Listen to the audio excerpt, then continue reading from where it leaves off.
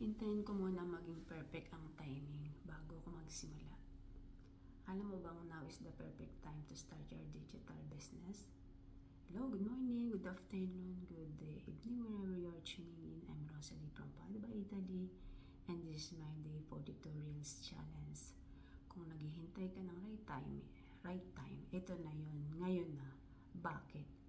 Blooming ang online business. Mas maraming tao ang bumibili at naghahanap ng extra online kaysa dati. Technology is in your side. Dati kailangan mo na malaking puhunan at skills para magnegosyo. Ngayon, kahit smartphone or internet lang, pwede ka nang magsimula. Mas competitive ang job market. Hindi na sapat na umasa lang sa sweldo. Ang extra income ay hindi na luxury, kundi necessity na. Ang tanong, hayaan mo bang lumipas ang panahon na wala kang ginagawa?